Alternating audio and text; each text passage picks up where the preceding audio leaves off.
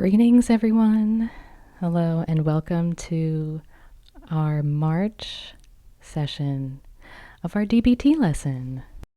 Today's session is going to go over the mindfulness how skills.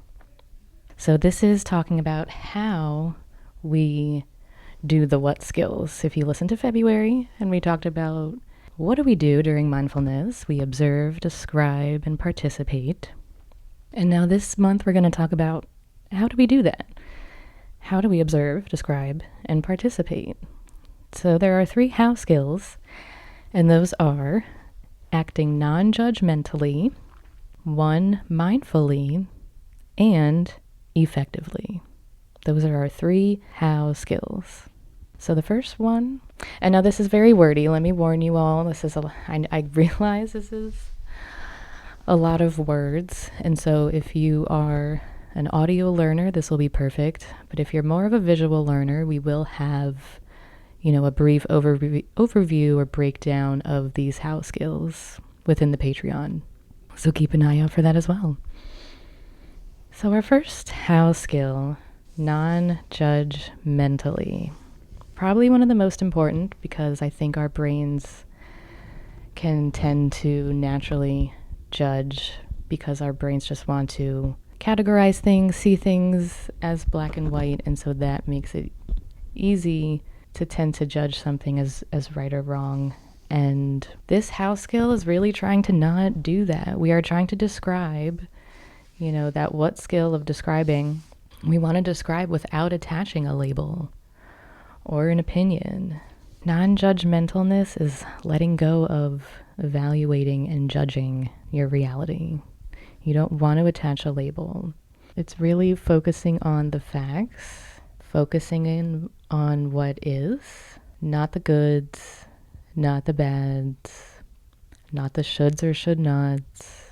That is something that I really would stress with my college student clients because our early 20-something brains, before our brains have fully developed by 25, I think it's so easy to judge and to should not. I should do this. I shouldn't do this. And I would always say to them, don't should yourself and don't let others should you and tell you what to do, I know it's hard, but it takes some practice and it takes some awareness, some mindfulness, but that's what we're talking about.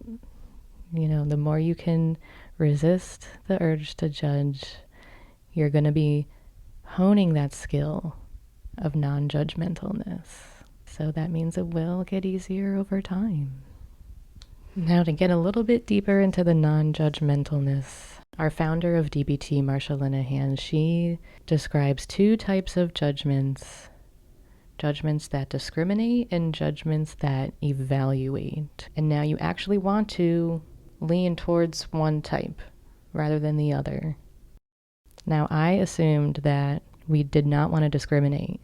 We wanted to evaluate, but it's actually wrong. So to me, this is a little bit more counterintuitive. She describes judgments that discriminate as being necessary. Discriminations are necessary because to discriminate is to discern or analyze whether 2 things are the same or different, whether something meets some type of standard, or whether something fits the facts.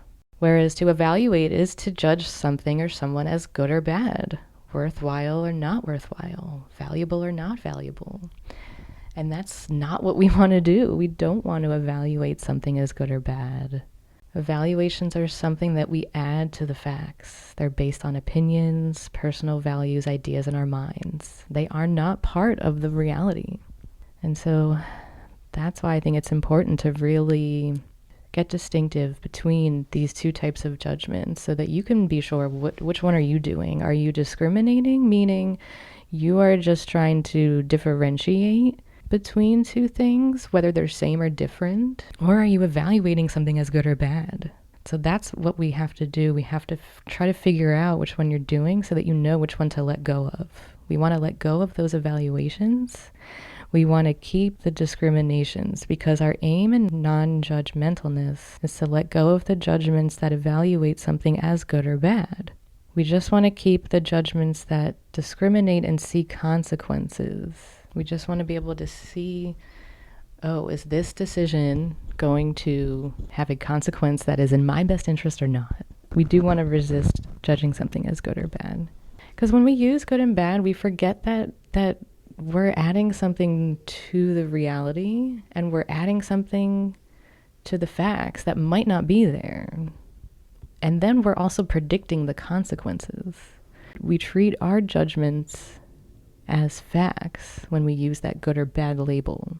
People also treat their judgments of us as facts. That is really important. I want to repeat that. Not only do we treat our judgments as facts, but people also treat their judgments of us as facts. Now, is that fair? No. Is that right? In my opinion, no.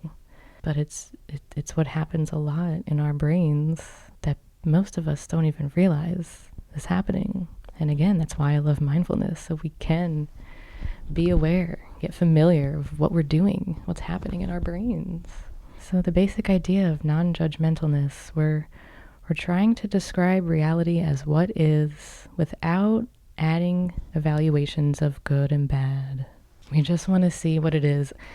You know, the phrase, "it is what it is," makes me think of my mom, because I don't think she likes that phrase. I've heard her say she doesn't like it.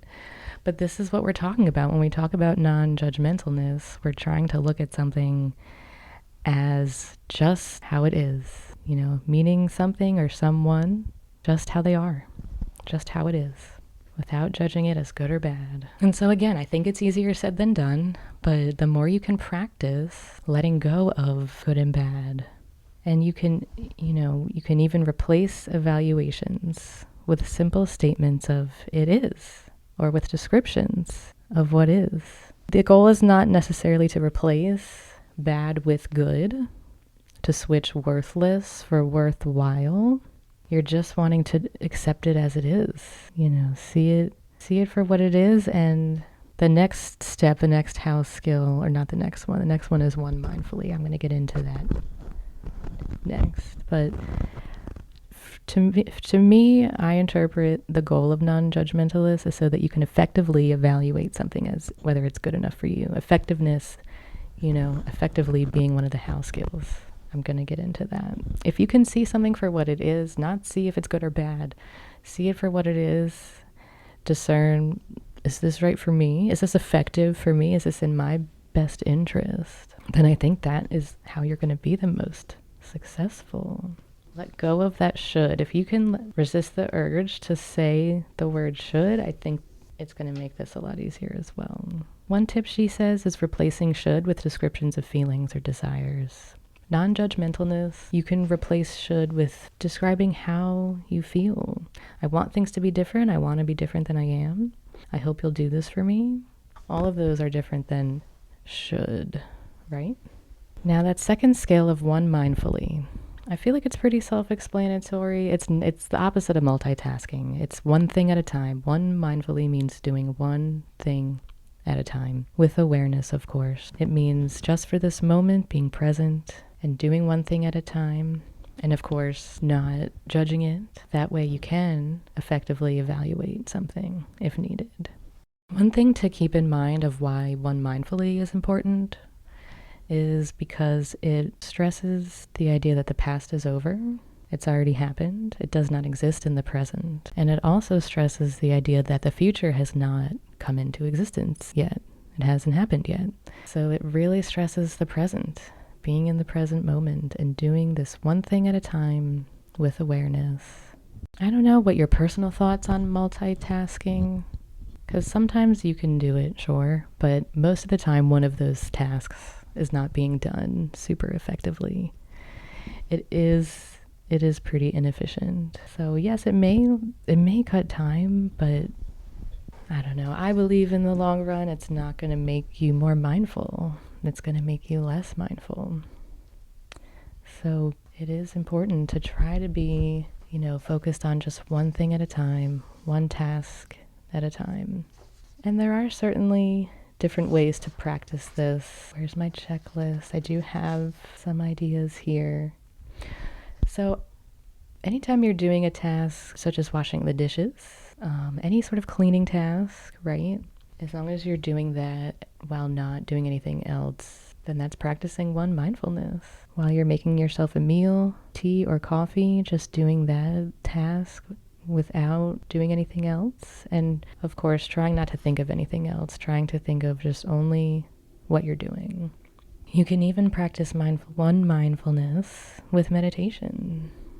A quick exercise for this is now closing your eyes or opening them slightly, gazing at something. With each breath, say to yourself the word one. Inhale, say the word one.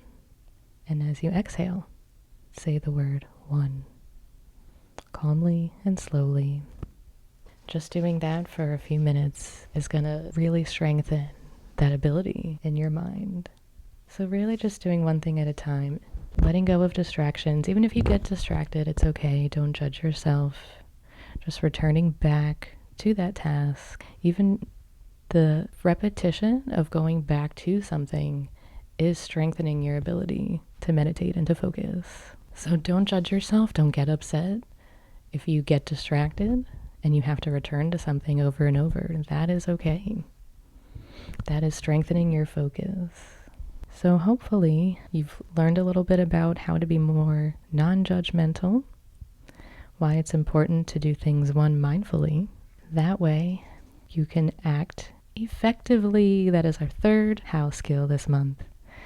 Acting effectively is doing what works to achieve your goals. It just means using anything that you have to skillfully to achieve your goals. Now, how do we do it? Of course, we have to know the goal or the objective. We have to know and react to the actual situation. We have to know what will and won't work to achieve the goals. Focusing on what the situation requires. Remember your goals and doing what works to meet them. And then another couple tips, she being Marsha Linehan, our founder of DBT, she recommends playing by the rules when necessary. It's basically more important in situations where we are in a low power position and what we want is important. And that may mean deferring to someone who's in a position of authority, which isn't always comfortable, but it's really meant to be temporary just to achieve your goal. Being savvy about people, again, if you're in a low power position and have to get something, that is acting effectively to achieve that goal. So some tips for being effective or practicing effectiveness. It's basically when you are in a situation and you begin to get angry or hostile with someone, observe and ask yourself, is this effective? Is how I'm about to react effective for this situation and going to help me achieve my goal? Observe yourself when you want to be right. Really resist the urge to dig your heels in about being right and switch to being effective. So again, as a brief overview, last month we talked about the what skills. What are we doing during mindfulness? And now this month we talked about the how skills. How are we observing, describing, and participating? Well, we are non-judgmentally, one mindfully, and effectively doing those skills.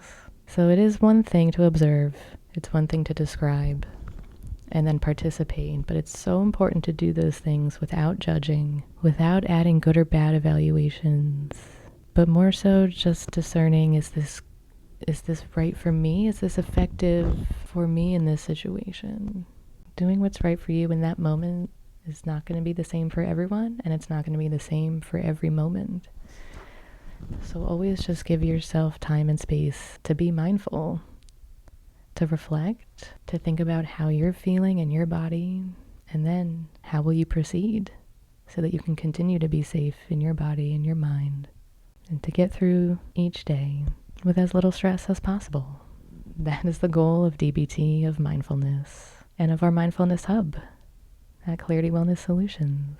Thank you so much for joining me this month. This wraps up our first quarter of mindfulness in our DBT module. Hopefully you have a good idea of what mindfulness is, why it's important, how to do it. We've got some great meditations to help you practice these things, these skills. We've got some good information that you can look at and read. And then next month, we're going to start the next quarter.